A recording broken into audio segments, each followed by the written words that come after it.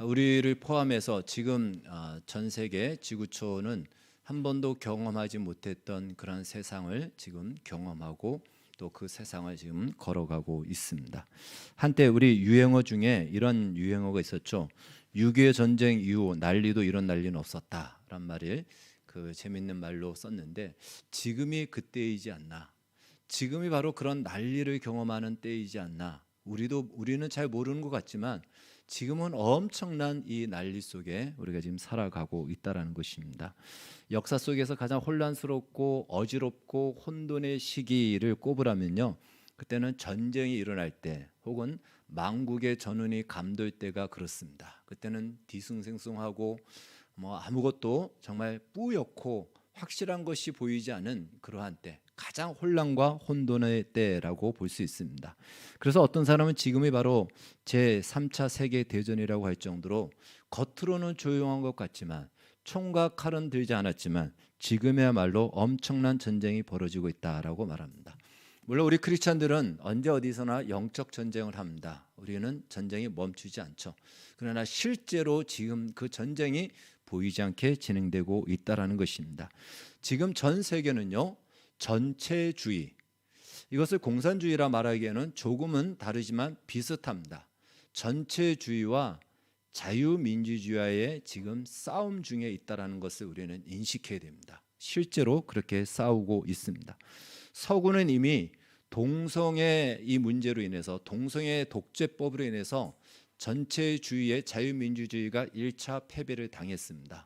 그리고 우리나라도 역시 지금도 그 싸움을 지금도 여전히 하고 있습니다.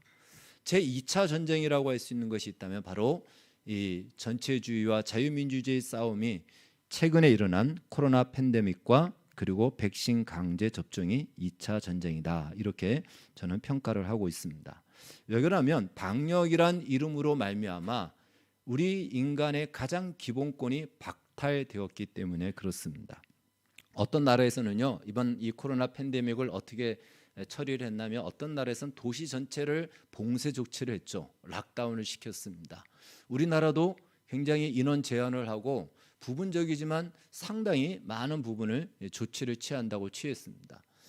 심하게는 호주의 어떤 도시에서는 가정 안에서도 마스크를 가족들 안에서도 쓰게 했고, 가족 안에서도 마스크를 쓰지 않으면은 신고를 해서 벌금을 매기게끔 할 정도로, 그 정도로 강력하게 하였던 것입니다.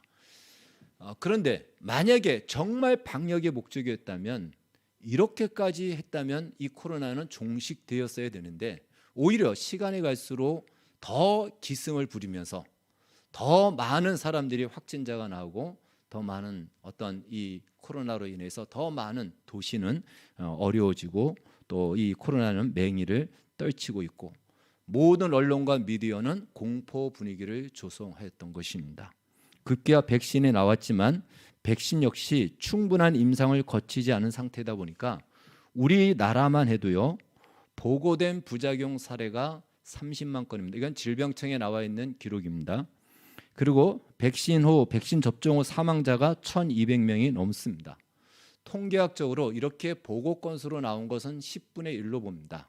그러면은 여기서 10배를 더하면은 부작용 사례는 300만 건이 넘는 것이고요, 사망자 역시 10,000명이 넘어간다라고 볼 수 있습니다. 이것은 통계학적으로 볼 때 그렇게 볼 수 있습니다. 그런데 이런 현상은 어느 한 나라에서만 일어나는 것이 아니라 전 세계가 공통적으로 지금 겪고 있다는 것입니다. 우리나라만의 문제가 아닌 것입니다. 그야말로 아수라 세상이다라고 말할 수 있습니다. 문제는 이런 코로나 공포를 이 공포를 이용해서 백신을 건강과 보건을 위해서 사용하지 않고 정치적으로 사용하고 있다라는 사실입니다. 각 나라의 정부는요, 모든 나라가 다 그래요. 우리나라뿐만이 아니고 모든 나라가 지금 어떻게 진행하냐면, 자국의 국민을 보지 않고 백신 접종자와 미접종자로 분류를 합니다. 소위 우리가 흔하게 말하는 갈라치기를 합니다.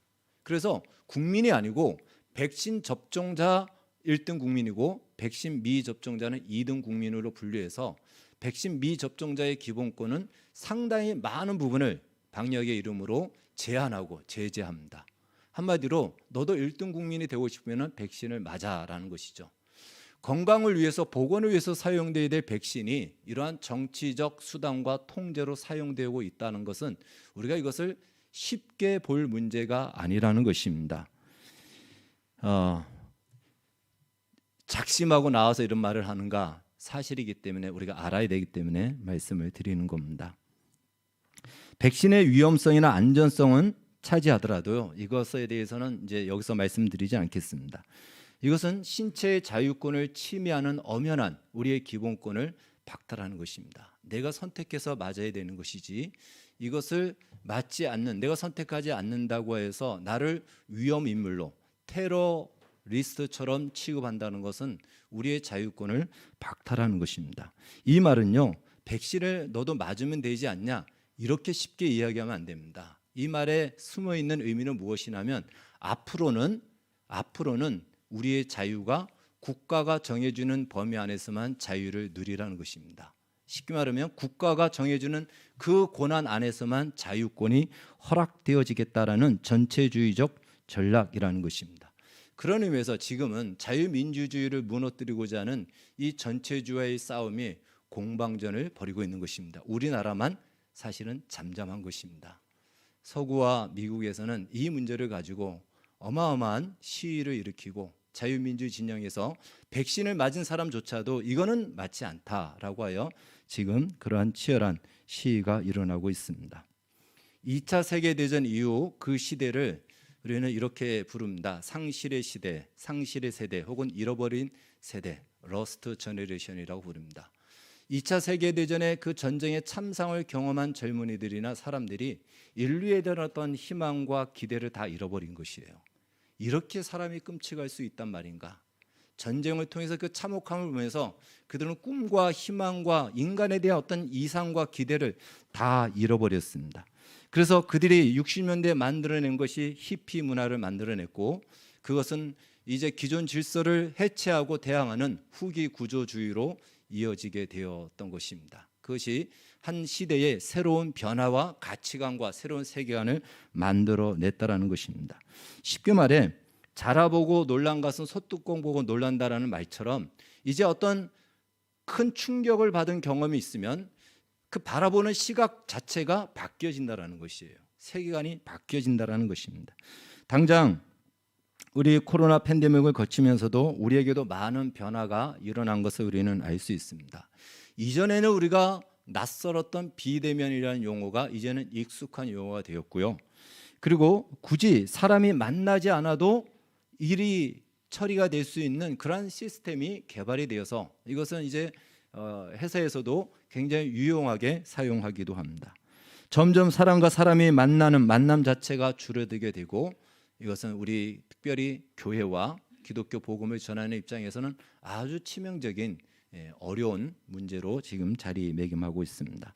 이제는 위드 코로나 시대로 접어든다고 하면서 이제 새로운 용어들이 우리에게 들려옵니다. 아마 들어봤을 겁니다. 4차 산업혁명 시대는 아마 많이 들었죠. 그것이 아주 성큼 우리 앞에 다가오고, 지금은 뉴 로말 시대라고 이렇게 새로운 시대를 지금 이 세계를 나름대로 보이지 않게 통제하려고 하는 사람들이 그러한 말을 만들어내고 그러한 시대로 우리를 이끌어가고 있다는 것입니다. 이렇게 어지러운 때 우리는 어떤 시각으로 이 시대를 바라봐야 되며 우리의 신앙생활을 해야 되는지는 매우 중요하죠. 로마서 12장에서도 말씀하시기를 너희는 이 세대를 분별하라라고 말씀하고 있습니다. 지금으로부터 504년 전 주 1517년 10월 31일 우리가 이 금방 영상에서 보았던 것처럼 바로 이 비텐베르크, 독일의 비텐베르크 성문에 붙여진 95개의 조항문이 종교 개혁을 일으킬 줄은 루터 자신도 생각하지 않았습니다. 당시 루터는 로마 카톨릭의 사제였고, 이 로마 카톨릭의 부정적인 부조리의 모습을 개혁하고자 바로잡고자 이 95개의 조항문을 내건 것이지 본인은 종교개혁을 일으키려고 하지 않았던 것입니다. 그런데 그것이 도화선이 되고 불씨가 되어서 마침내 종교개혁을 일으키게 된 것입니다. 사실 그 당시 유럽을 한번 생각해 보십시오. 본래 유럽은 카톨릭은 주 한 1000년 가까이 돼서 주 한 900년쯤 돼서 동방 서방으로 나눠지게 됩니다. 그러면서 서방은 로마 카톨릭이 되고 동방은 동방 정교회로 나눠지지만 어찌됐든 초대교회 약 한 500년 이후부터는 카톨릭이라는 이름으로 1000년, 1500년이니까요. 1000년 동안 이 서구 유럽은 카톨릭의 지배를 받았습니다. 그러니까 그 사상과 그 어떤 가르침 속으로 가득 차 있었던 것이죠. 바로 그때에 약 루터가 일어나기 100여 년 전부터 일어났던 르네상스 운동으로 말미암아 굉장한 격변의 시대였습니다. 시대가 굉장히 혼란스럽고 어지러웠던 때였다라는 것이죠. 그 와중에 정신적 바탕을 이루는 이 종교의 분야에서 루터의 종교개혁은 그 시대 중세를 마감하고 근대로 돌아오는 시대의 변화를 일으켰던 것입니다. 그 시대 속에 살았던 사람들이 얼마나 혼란스러웠을까요? 과연 무엇이 맞는가? 물론 생활의 부분은 조금은 바뀔 수 있지만 구원의 부분이고 영혼의 부분이라면 카톨릭이 맞는지 새로 일어난 이 개신교 종교개혁자들의 말이 맞는지 내가 어떤 걸 선택해야 될지 그들은 매우 혼란스럽고 혼돈 속에 있었던 것입니다. 바로 그러한 때에 어떻게 해야 될까? 그 어지럽고 혼란한 때에 어떻게 해야 될까? 종교개혁자들은 과연 그것을 어떻게 처리해 나갔을까? 그것은 오늘 우리 시대에와도 비슷한 질문이기도 합니다. 코로나 팬데믹을 겪으면서 우리가 한 번도 경험하지 못하면서 이 시대를 살아가면서 그냥 이 시대가 말하는 대로 우리가 살아간다면 시대의 노예로밖에는 살 수 없겠고 그것을 또 우리의 신앙에 적용한다면 점점 신앙은 멀어질 수밖에 없는 시대로 이 시대는 우리를 끌고 가고 있기 때문에 그렇습니다. 지금 굉장히 혼란스럽습니다. 그동안 한국교회 목회자들은 예배를 생명보다 귀하다라고 얘기했지만 코로나 팬데믹이 오면서 주저없이 예배를 중단해 버렸습니다. 지도자들이 그러하니 성도들은 당연히 그렇게 갈 수밖에 없겠죠. 혼란스럽습니다. 무엇이 맞는지 과연 영상으로 예배하는 것이 맞는지 이것에 대해서 저도 신학교 다닐 때 굉장히 고민을 많이 했고 또 이 부분을 가지고 많은 논쟁도 했지만 코로나 팬데믹이 오면서 아무런 갈등과 주저함도 없이 그렇게 했다라는 것입니다. 한국교회가 이 부분은 반드시 점검을 해야 될 부분입니다. 만약에 이렇게 간다면 정말 우리의 신앙은 어디로 갈지 예측할 수가 없는 그런 시대 속에 우리는 지금 살아가고 있다는 것입니다. 뿐만 아니라 이러한 시대적인 것뿐만이 아닌 우리 개인의 현실도 마찬가지죠. 내 인생은 내가 계획하고 생각한 대로 펼쳐지지 않고 가는 곳마다 뭔가 막히고 또 끊어질 때 정말 이제는 갈 힘도 잃어버리고 어디로 가야 될지 모르는 그때 앞이 캄캄하고 시야가 가려져서 캄캄하고 막연할 때 과연 우리는 어떻게 해야 되는가? 무엇을 보고 우리는 가야 되는가라는 그러한 혼란 속에 우리 개인의 인생도 처할 때가 많이 있습니다. 과연 이럴 때 성경은 우리에게 무엇이라고 말할까요? 오늘 우리가 읽은 본문, 이 본문의 이스라엘, 유다라고 볼 수 있죠. 남유다도 이런 시대 속에 지금 있었습니다. 주전 약 6세기였는데요. 시대적으로 봤을 때는 남유다가 이제 멸망하기 직전이에요. 나라의 망국의 전운이 지금 감돌고 있는 그때입니다. 그때 유다의 상황은 어떠했는가? 유다는요, 그 주변에 이 애굽과 바벨론이 패권을 다투고 있는 그때에 거기에 끼어 있었고, 근데 이 유다는 거기서 그것을 대항할 만한 아무런 힘도 없었고, 그러면서 주변에 있는 모든 우상이란 우상은 다 가져 들어와서 예루살렘이 우상의 총본산지가 되어버린 그때입니다. 나라에 대해서 대항할 만한 힘도 없고 어느 나라에 붙어야 우리가 살 것인가 그 판단도 제대로 못하고 지도자로부터 모든 백성에 이르기까지 우상이라는 우상은 다 가져 들어와서 우상 숭배로 찌들려 있는 이때 하나님께서 예레미야에게 말씀을 주지만 소규의 경외교로 그들은 듣지 않는 그때입니다. 과연 이때 이들은 정말 갈 방향도 없고 국내외적으로 혼돈 속에 있었죠. 우리 조선도 구한말에 보면은 어느 정도로 혼란하고 정말 희망이 없었냐면 먹고 살기도 힘든 그때에 얼마나 많은 구술을 했는지 모릅니다. 모든 조금만 문제 있으면 다 구술한 거예요. 유다 말기가 그런 시대였습니다. 그러니 희망과 기대가 없는 그 시대, 마치 종교개혁이 일어나는 그 격변의 시대, 오늘 새로운 코로나 팬데믹을 맞이하면서 겉으로는 조용한 것 같지만 보이지 않는 소수의 이 엘리트들이 다수에 있는 모든 세계인들을 21세기형 노예로 만들어가는 이때에 과연 우리는 어떻게 무엇에 집중해야 되고 어떻게 우리의 자리를 지켜가야 되는가? 오늘 성경에서 하나님은 예레미야에게 그 말씀을 하십니다. 한번 6장 16절 말씀 다시 한번 읽도록 하겠습니다. 6장 16절 시작. 너희는 길에 서서 보며 옛적 길 곧 선한 길이 어디인지 알아보고 그리로 가라. 너희 심령이 평강을 얻으리라 하나 그들의 대답이 우리는 그리로 가지 않겠노라 하였으며. 혼란과 혼돈의 시기, 어디가 길이고 어디가 도랑인지 알지 못해서 정말 과감하게 발을 내디딜 수 없는 그때, 어디로 가야 할지 모를 때 하나님께서는 옛적 길 곧 선한 길이 어디인지 알아보고 그리로 가라라고 말씀하고 있습니다. 여기서 말하는 옛적 길 곧 선한 길이라는 것은요, 그들의 조상들이 행했던 그 길을 말하는 것이 아니고 이것은 출애굽 이후에 하나님께서 이스라엘 백성들과 시내산에서 맺은 언약을 말하는 것입니다. 언약의 길을 얘기하는 겁니다. 말씀의 길을 얘기하는 것입니다. 하나님께서 어떤 약속을 하셨는지, 하나님과 이스라엘이 맺은 언약이 무엇인지 그걸 다시 돌아보고 다시 되새기고 다시 그것을 붙잡음으로 말미암아 하나님께서 그 말씀 속에서 주시는 약속대로 그 자리로 나아갈 것을 말씀하고 알려주고 있는 것입니다.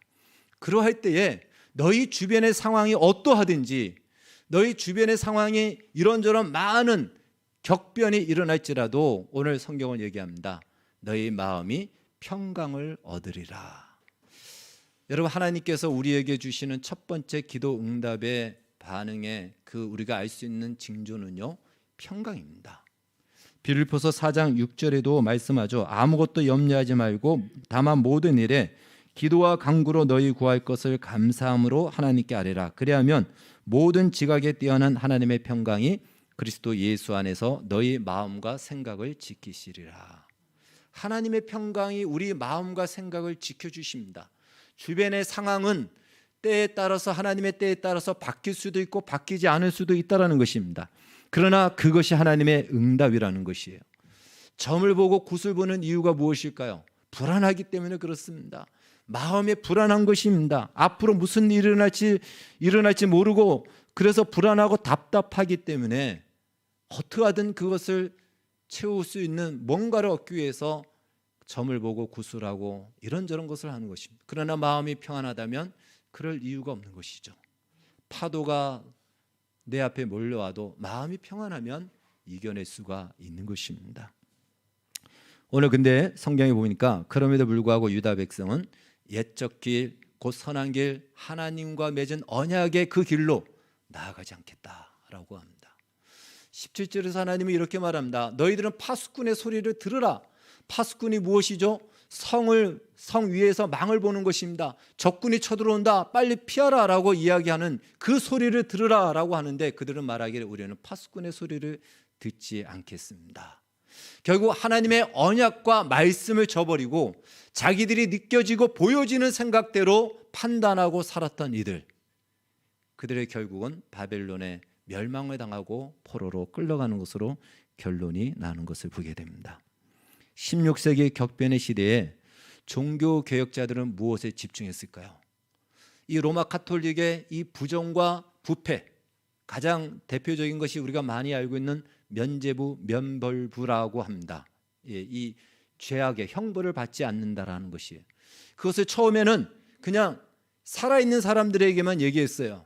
그런데 돈이 부족하니까 이제는 죽은 영혼들, 죽은 가족들을 위해서도 이 면벌부를 사면은 그들이 연옥에서 천국으로 간다라는 이것을 판매하면서 그 당시 성당, 베드로 성당을 비롯해서 성당을 짓기 시작한 것입니다. 지었던 것이죠. 100년에 걸쳐서 지으면서 저도 베드로 성당은 가보지 않았지만 그 수용 인원이 그 당시에 8,000명을 수용할 수 있는 성당을, 어마어마한 성당을 지었던 것입니다. 바로 그러한 이 부정과 부패를 바라보면서 종교개혁자들이 어떻게 기준을 정하고 무엇이 바른 길인가? 어디에 집중했을까요? 바로 그들은 하나님의 말씀 성경에 집중했습니다. 그래서 종교개혁자들, 특별히 루터의 5대 강령이라고 하는 것이 파이브 솔라가 있습니다. 솔라라는 말은 라틴어로 오직이라는 뜻이에요. 그래서 파이브 솔라, 오직 솔라 스크립처 해서 오직 성경으로, 이것이 첫 번째예요. 오직 성경으로, 오직 믿음으로, 오직 그리스도로, 오직 은혜로, 오직 하나님께 영광. 이것이 이 종교개혁의 기치고 명분이었고 목적이었던 것이죠. 흔들리지 않았던 바로 근거가 됐던 것입니다. 그 중에서 바로 첫 번째가 무엇이냐면 오직 성경으로입니다. 성경이에요. 하나님의 말씀으로 다시 돌아가자. 하나님의 말씀으로 다시 돌아가자. 면죄부를 사면 구원을 받는 것이 아니고 하나님의 말씀이 뭐라고 말하는지 하나님의 말씀으로 돌아가자. 이것이 그 종교개혁자들이 그 혼란스럽고 어지러운 시대에 그들의 중심을 바로잡고 갈 수 있는 핵심이고 또한 초석이 되었던 것입니다. 오늘 우리 시대 역시 마찬가지입니다. 지금 세상은요, 이제 우주여행을 1차 시도했죠. 아마 멀지 않아서 수학여행을 달에 수학여행을 갈 날이 멀지 않았습니다. 가능한 것이 얼마 전에 실험적으로 나왔죠. 그 우주선을 타니까 하루에 지구를 몇 바퀴씩 도는 그 속도로 돈다고 하고 그렇게 다녀왔던 그러한 일이 보도가 되었습니다. 세상은 그만큼 천지가 개벽할 정도로 바뀌었습니다. 과학기술이 모든 것을 통제하고 규정하는 시대가 되면서 점점 인간의 존엄성은 상실되어 가고 있습니다. 어쩌면 우리 시대에 과연 우리와 같이 만든 인간, 똑같은 피부로 그런 재질로 만든 이 인공지능을 인간으로 불러야 될지 기계로 불러야 될지, 그 인공지능을 때리면 학대로 처벌을 받아야 될지 굉장히 혼란스러운 시대가 앞으로 다가올 것입니다. 대부분의 사람들은 이 모든 것들을 내세워서 사람들을 지배하려고 하는 소수의 엘리트의 통제 아래 자기도 모르는 사이에 21세기형 노예가 될 수가 있다는 것입니다. 지금 우리가 맞는 백신도 마찬가지입니다. 정확한 정보를 알아야 됩니다. 미국의 질병청 CDC에서 그들의 절반 이상은 백신을 맞지 않았습니다. 우리나라도 질병청 사람들은 백신 접종 공개를 여부를 공개하지 않고 있습니다. 그런데 우리는 다 맞습니다. 이것이 사실입니다. 그만큼 우리가 이 시대를 분별하지 않으면은 그들의 요구와 그들의 덫에 우리는 올무가 되어 노예 같은 삶을 살 수가 있다는 것입니다. 그건 다른 말로 우리의 신앙의 자유에 있어서도 심각한 위기를 가져오기 때문에 이렇게 말씀을 드리는 것입니다. 지금은요, 역사상 한 번도 겪지 않은 이 시대가 새롭게 열리는, 그 막이 열리는 시대 속에 있습니다. 온 세계가 이러한 세상이 되었다라는 거 어느 누가 상상이나 했겠습니까? 이러한 때 성도들은 다시 한번 우리의 신앙을 지켜내야 됩니다. 하나님을 알지 못하는 사람들은 이러든 저러든 상관없이 당장 내가 편하면 되고 내 먹고 살 것이 있고 나만 편하면 되기 때문에 그렇게 사는 것이죠.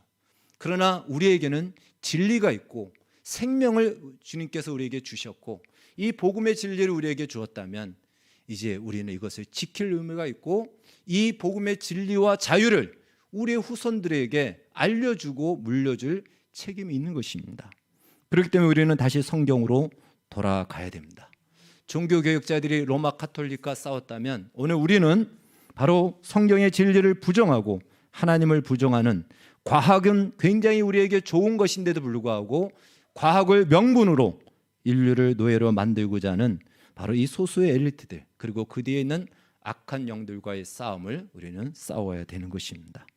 여러분, 장로교의 전통을 가진 이 교회를 개혁주의 교회라고 얘기합니다. 개혁이란 말 아마 많은 사람들이 좋아하죠.